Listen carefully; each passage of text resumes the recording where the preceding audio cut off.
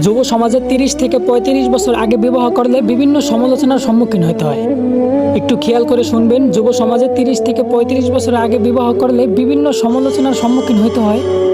অথচ ওই সমাজে ১৮ থেকে ২০ বছরের ছেলেমেয়েরা একাধিক অবৈধ সম্পর্কে জড়াইলেও ওইটাই সমাজে ইগনোর করে চলতে হয়। আমাদের সমাজের শিক্ষিত মানুষগুলা শিক্ষার্থীদের বইয়ের পাতার মাধ্যমে সমকামিতা শিক্ষা দেয়।